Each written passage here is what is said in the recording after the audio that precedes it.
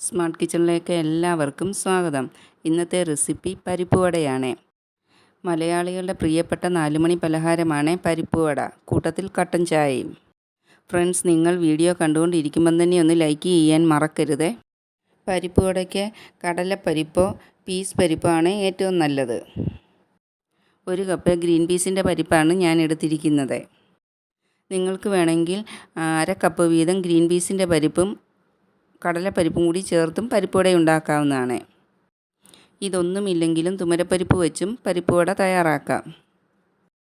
പരിപ്പ് വെള്ളം ഒഴിച്ച് ഒരു 3-4 പ്രാവശ്യം കഴുകിയെടുക്കണം. അതിനുശേഷം വെള്ളം ഒഴിച്ച് വെച്ച് ഒരു 3-4 മണിക്കൂർ കുതിരാനായിട്ട് വെക്കണം.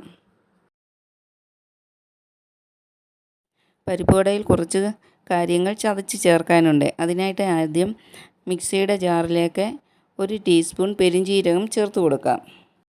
അടുത്തതായിട്ട് ഒരു 15-നും 20-നും ഇടയിൽ ചെറിയ ഉള്ളി പൊളിച്ചതും കൂടി ചേർത്ത് കൊടുക്കാം. പിന്നീട് 2 പച്ചമുളകും 2 ഇഞ്ച് നീളമുള്ള ഇഞ്ചി ചെറിയ കഷ്ണങ്ങളാക്കിയതും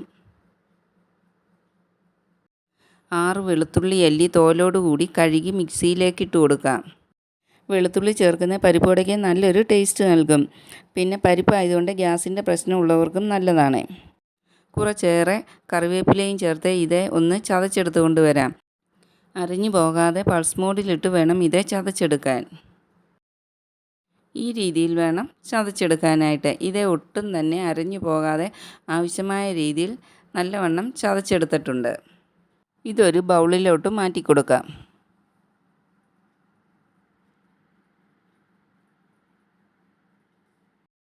ചതച്ച ഈ കൂട്ടിലേക്ക് 2 ടീസ്പൂൺ ചില്ലി ഫ്ലെക്സും കൂടി ചേർത്ത് കൊടുക്കാം.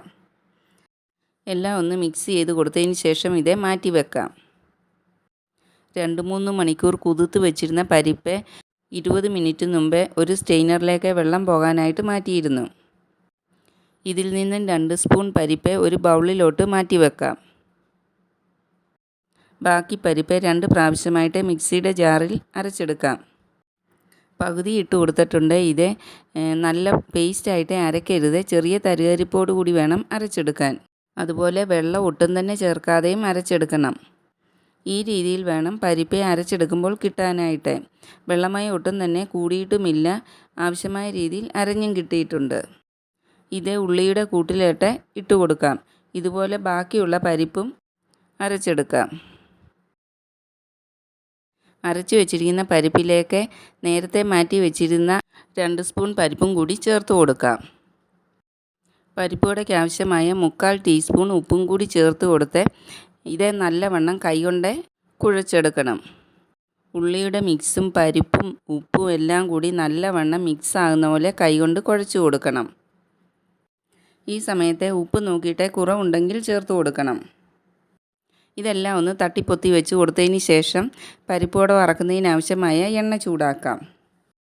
എണ്ണ ചൂടായി വന്നു കഴിയുമ്പോൾ ഈ മിക്സിൽ നിന്നും ഒരു ഉരുള എടുത്ത് കയ്യിൽ വെച്ച് ഉരുട്ടി ഷേപ്പാക്കി എടുക്കണം. ഈ ബോളെ മറ്റേ കൈയിലേക്ക് വെച്ച് 2 കൈകൊണ്ടും ഒന്ന് അമർത്തിയെടുക്കണം. അപ്പോൾ ഇത് പരിപ്പുവടയുടെ ഷേപ്പിൽ കിട്ടും. പിന്നെ സൈഡൊക്കെ ഒന്ന് കൈകൊണ്ട് ഷേപ്പാക്കി എടുത്താൽ മാത്രം മതി.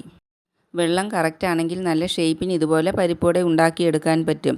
വെള്ളം കൂടിപ്പോയാലും കുറഞ്ഞു പോയാലും പരിപ്പുവട എണ്ണയിലിടുമ്പോൾ പൊട്ടിപ്പോകും. എണ്ണ എപ്പോഴും ഒരു മീഡിയം ലെവലിൽ ചൂടായിക്കൊണ്ട് തന്നെ ഇരിക്കണം. എന്നാൽ മാത്രമേ പരിപ്പുവട നല്ല ക്രിസ്പി ആയിട്ട് ഇരിക്കത്തുള്ളൂ. അല്ലെങ്കിൽ പുറം ഭാഗം മുരിഞ്ഞും അകവശം വേകാതെയും ഇരിക്കും. എണ്ണ ചൂടായോ എന്നറിയാനായിട്ട് പരിപ്പിൽ നിന്ന് ഒരു ചെറിയ ബോളിട്ട് കൊടുക്കാം. എണ്ണയിലേക്ക് ഇത് താന്നു പോയിട്ട് പൊങ്ങി വന്നിട്ടുണ്ട്. എണ്ണ നല്ലവണ്ണം ചൂടായി കിട്ടിയിട്ടുണ്ട്. ഇനി ഇത് എണ്ണയിൽ നിന്നും കോരിയെടുക്കാം. ചൂടായ എണ്ണയിലേക്ക് പരിപ്പുവട ഓരോന്നായിട്ട് ഇട്ട് കൊടുക്കാം.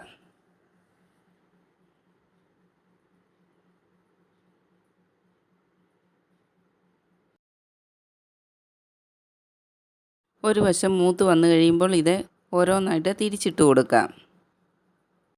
ഇങ്ങനെ 2-3 പ്രാവശ്യം പരിപ്പുവട തിരിച്ചും മറിച്ചും ഇട്ട് മൂപ്പിച്ചെടുക്കണം.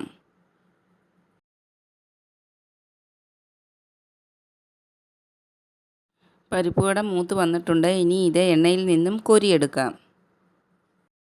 നല്ല ഷേപ്പോട് കൂടി തന്നെ പരിപ്പ് വട കിട്ടിയിട്ടുണ്ട്. പൊട്ടിപ്പോവുകയോ ഒന്നും ചെയ്തിട്ടില്ല. വെള്ളം കൂടിപ്പോവുകയോ കുറഞ്ഞു പോവുകയോ ചെയ്താലാണ് പരിപ്പ് വട പൊട്ടിപ്പോകുന്നത്. ഈ പറഞ്ഞ അളവിലെല്ലാം ഇതുപോലെ ചെയ്തെടുത്താൽ നിങ്ങൾക്കും ഇതുപോലെ പെർഫെക്റ്റായ രീതിയിൽ പരിപ്പ് വട തയ്യാറാക്കിയെടുക്കാൻ പറ്റും. ഈ മഴ സമയത്തെ ചൂട് പരിപ്പ് വടയും കട്ടൻ ചായയും കുടിക്കാൻ എല്ലാവർക്കും തന്നെ ഇഷ്ടമാണല്ലോ. അതുകൊണ്ട് ഇതുപോലെ തന്നെ നിങ്ങളും ഒന്ന് തയ്യാറാക്കി നോക്കണേ. വീഡിയോ ഇഷ്ടപ്പെട്ടാൽ ഫ്രണ്ട്സിനും ഫാമിലിക്കും എല്ലാം ഷെയർ ചെയ്യുകയും ലൈക്ക് ചെയ്യുകയും സബ്സ്ക്രൈബ് ചെയ്യാതെ കാണുന്നവരുണ്ടെങ്കിൽ ഒന്ന് സബ്സ്ക്രൈബ് ചെയ്ത് സപ്പോർട്ടും കൂടി ചെയ്യണേ.